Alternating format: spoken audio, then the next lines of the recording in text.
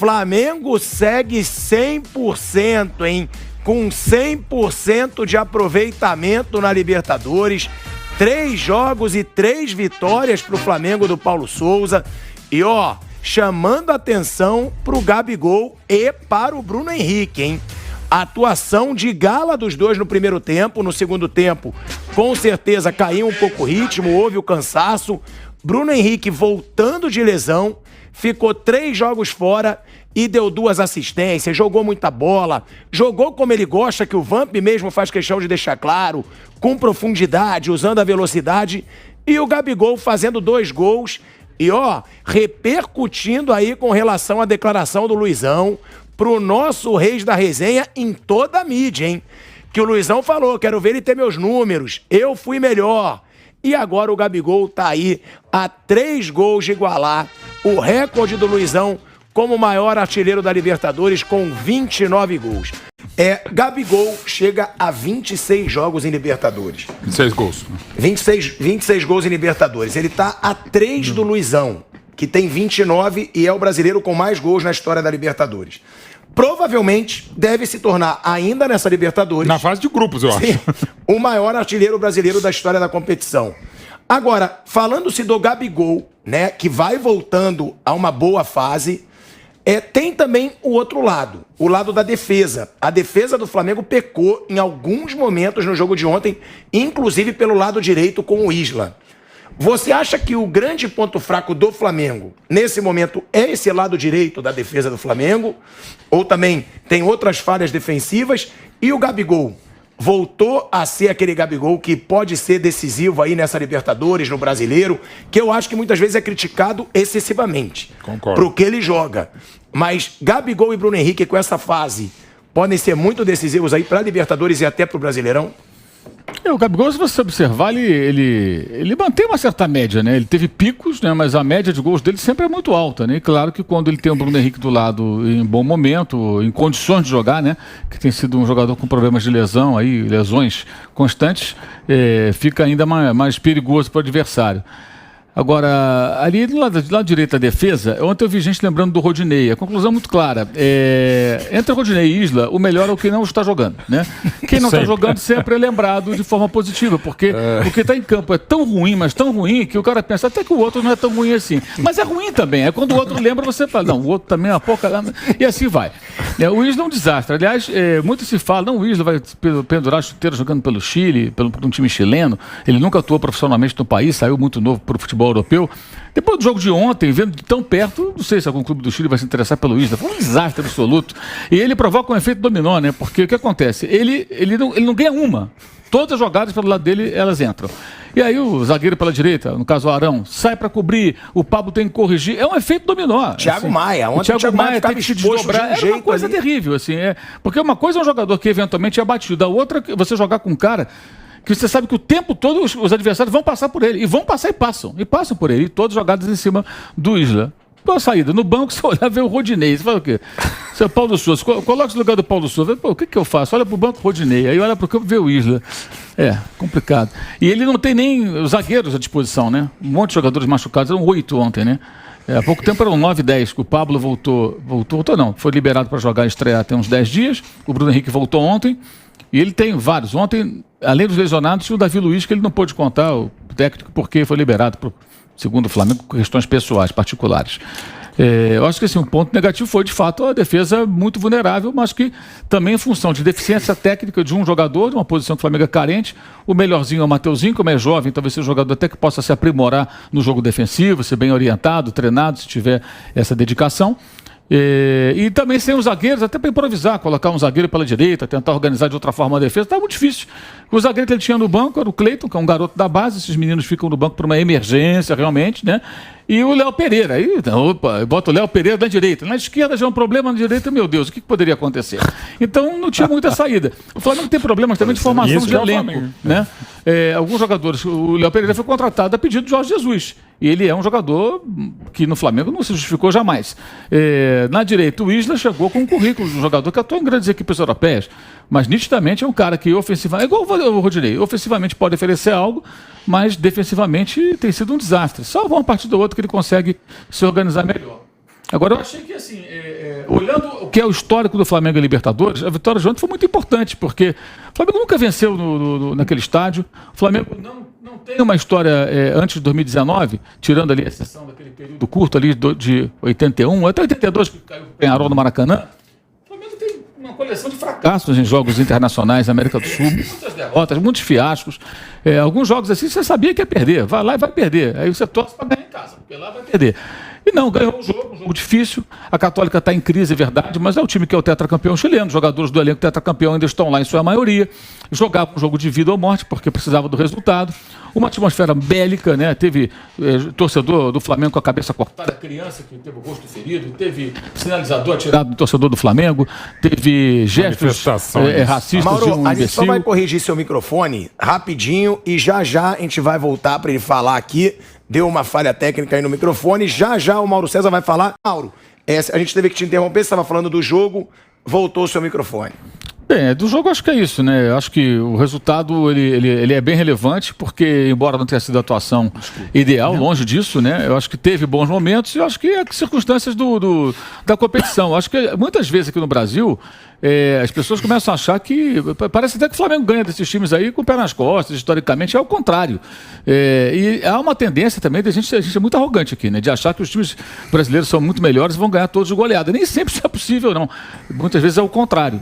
Eu vi gente surpresa, por exemplo, recentemente, quando o Estudiantes venceu bem o Red Bull Bragantino. Acho que a pessoa nem procura entender qual o momento do time argentino. Que, aliás, é um time e a história, né? Tetracampeão. A última vez lá dentro do Mineirão, virando o jogo em cima do Cruzeiro. Enfim, não dá nem para comparar o Bragantino no cenário internacional, os Estudiantes. Mas aí parecia que é o contrário. Nossa, o Bragantino perdeu lá. Perdeu. Um dos melhores times do momento lá, que pode ser um time até que dê trabalho no decorrer da competição. É decepcionante, Mauro, essa campanha do Atlético Mineiro na primeira fase? Se esperava um Atlético Mineiro sobrando mais nesse grupo, assim como estão Flamengo, Palmeiras e River Plate? Eu não acho que seja decepcionante, né? Ganhou do Tolima lá na estreia. A atuação contra o América foi muito ruim. De fato, só não foi derrotado porque fez um gol de impedimento e o VAR não existe na Libertadores, né? Como também houve o River Plate vencendo o Colo-Colo, uma jogada com uma falta escandalosa, não foi marcada. Se houvesse o VAR, na sequência saiu o gol, provavelmente aquele gol seria anulado. Ontem o gol contra do Isla, o Zampedri está impedido, para mim claramente impedido. Se tivesse o VAR, o Bandeirinha não viu, teria visto, né? Aliás, agora também o comentarista de arbitragem precisa de VAR, né? Quando não tem VAR, eles não cravam a opinião, eles esperam o VAR. Não tem o VAR, então ficam esperando. Aconteceu ontem com o Simon. O Simon não conseguiu ver o impedimento. Não tem VAR, então o impedimento era claro. Você vê a imagem frisada, é claro que ele está na frente. Tem impedido. O Zampedri está impedido. Aí, na sequência, o Isla vai tentar disputar e faz o gol contra numa noite de terror do lateral chileno. Que, inclusive, teve um lance duvidoso com ele de pênalti, né? Que ele quase entrega a paçoca ali. Depois no segundo tempo. E ele tem um lance de pênalti também. Já tá baleado. No Brasil, provavelmente seria marcado o pênalti. Mas, enfim, essas coisinhas vão acontecer de arbitragem aí. Não acho que seja decepcionante o Atlético. Acho que há quem, mas acho que ninguém vai ter essa campanha dos sonhos que as pessoas cobram. Não pode esquecer, não vai existir, ainda mais nessa temporada. Se você observar, os três mais comentados, né? O Flamengo, já falamos dos altos e baixos. O Atlético joga 3 seguidos em casa. O Atlético empatou com o Coritiba e não teve o Hulk, não foi expulso num lance no mínimo polêmico. Não perdeu para o América com um gol irregular que valeu porque não tinha VAR. O Palmeiras também perdeu para o Ceará em casa, quase perdeu para o Goiás. Nenhum deles consegue ter e não vai ter. Ontem, por exemplo, o que me impressionou foi assim, a quantidade de pessoas reclamando, por exemplo, porque saíram a Arrascaeta e o Everton Ribeiro. Até eu vi agora um vídeo aqui no Twitter, os dois comemoraram o gol do Lázaro, escorre para comemorar, um tá bancando. Estão se arrastando. Quer dizer, os caras não tinham condição, gente. O cara pensa que o técnico olha porque fala assim, esse Arrascaeta joga bola, hein? Quer saber? Vou tirar ele. Sabe, ali, vou tirar. Joga muito, vou tirar. Eu que mando. Eu que mando e vou tirar. Vou botar um pior que ele. Não, o cara tira porque não dá pra jogar o tempo todo. E o cara já entra em campo sabendo que vai jogar 60, 65 minutos, porque senão você perde o jogador lá na frente. E todo mundo vai ter que pensar assim. Por que o Abel Ferreira colocou meio time, ou quase meio time reserva lá contra a Emelec? Porque ele precisa dos jogadores inteiros em outras partidas.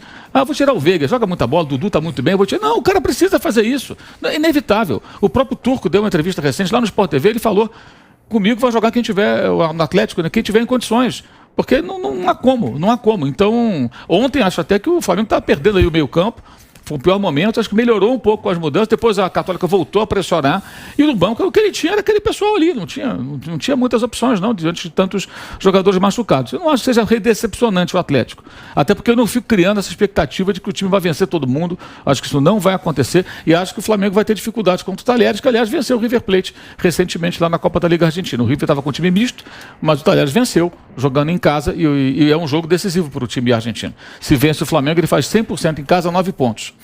E aí ele pode buscar a classificação aí, de repente com mais um pontinho. Né? Você acha o Talheres mais difícil na Argentina do que a Universidade Católica no Chile? Lá o estádio é maior, a torcida é mais numerosa, o estádio é maior, um pouco mais distante do campo. Eu acredito que não fica a atmosfera bélica de ontem não vai existir, acho, né? Mas vai ser muita pressão e eu acho que vai ser um jogo complicado.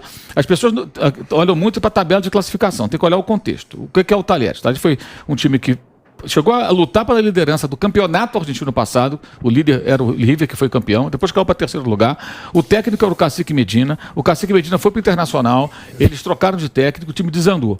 Aí contrataram o português Pedro Caixinha, que estreou agora até contra o Flamengo, um pouco antes do jogo contra o Flamengo, no Maracanã. E o que eles fizeram? Eles abandonaram a Copa da Liga porque abandonaram, porque não tinha mais chance. Vamos trabalhar para a Libertadores. Aqui a gente vai estar lá em último. Então, chegou a tomar goleada do Defensa e Justiça com o time todo reserva, tomou de 5-0 em casa. Então, eles largaram a competição. Então, tem que olhar o Talheres com atenção. O Talheres da Libertadores ou do jogo contra o River, que ganhou, mesmo sendo o River com time misto, pela competição local. E o Talheres que está largando o campeonato. Ou seja, eu acho que é um time que em casa vai jogar também um jogo assim, decisivo. Ganhando do Flamengo, eles conseguem praticamente se classificar. É fazer um pontinho contra o Sport Cristal, que é muito ruim, e de repente já estou na próxima fase. Então acho que esse jogo é um jogo que o Flamengo corre sim risco de perder, de empatar, de não vencer. Acho que vai ser um jogo mais difícil. Até porque eu espero que esse time, acredito que esse time melhore, né? Esteja melhorando, progredindo, à medida que vai trabalhando com o seu novo técnico e vai conseguindo algo mais. Ganhou agora o Sport Cristal com dificuldade, mas ganhou de 1-0. Tinha vencido a Católica por 1-0 também. Então são 2 vitórias em casa. Se fizer 3 vitórias em casa, provavelmente vai se classificar. Vamp, foi uma atuação boa, mas também com alguns pontos negativos na defesa. O Flamengo teve alguns erros defensivos ali graves. Mas dá pra gente dizer que esse Flamengo tá embalando até porque é a primeira vitória do Flamengo na casa da Universidade Católica. Universidade Católica, que é o time mais chato desse grupo pro Flamengo, e o Flamengo vence fora de casa, Vamp. Boa tarde, Pilhado, boa tarde, Mauro, professor Vanderlei, Mauro, boa tarde a todos. Flamengo segue o samba de uma nota só. Né? O Palmeiras com 9 pontos, com saldo de gol mais do que o Flamengo, acho que 14 ou 15. O Flamengo também com 9 pontos, um saldo de gol de 5. Né? As 2 equipes que fizeram a final da última Libertadores, né? O Palmeiras vem de um bicampeonato seguido, né? É tri, mas um bi seguido. O Flamengo jogou num estádio que, eu gosto dessa palavra, hostil, né? Hostil. São Carlos é um pouquinho do bonito. porque lá é pressão, tudo. Primeira vitória na sua história lá dentro, né? 3 pontos fora de casa. Acredito que as 2 melhores equipes e favorito ao título junto com o Atlético Mineiro. O próprio River também tem 9. O River tem 9, o Atlético tem 7. Essas equipes aí que vão brigar pelo título, né? E eu sempre falo assim, quando você tem uma equipe muito ofensiva, você não vai ter a perfeição defensivamente. Lógico, tem que inibir de tomar gol o mínimo possível, mas os caras lá na frente vão fazer. Um time que tem Arrascaeta, Bruno Henrique, Gabigol, Everton Ribeiro, em algum momento eles vão fazer alguma coisa. Não vai passar 90 minutos sem criar uma chance de gol, sem botar uma bola pra dentro. E cá atrás vai ficar mais frágil. Mas que o resultado final seja sempre a vitória. Eu preferia jogar todos os jogos, 4-3, 5-4, 2-1 e ganhando, 3 pontos. Vai tomar o gol. Mas é detalhes. E parabéns ao Paulo Souza. Beleza? Deixa o Jesus curtir o carnaval e vamos trabalhar. Vamos trabalhar que você tá dando certo. Agora, eu sou fã do Mauro como jogador da minha posição, viu? Não, eu sou fã do Flamengo, não. Sou fã do Paulo Souza. Fã do Paulo Souza, que foi um volante absurdamente craque, foi bicampeão de Champions League. O meio campo é o lugar dos craques. É isso.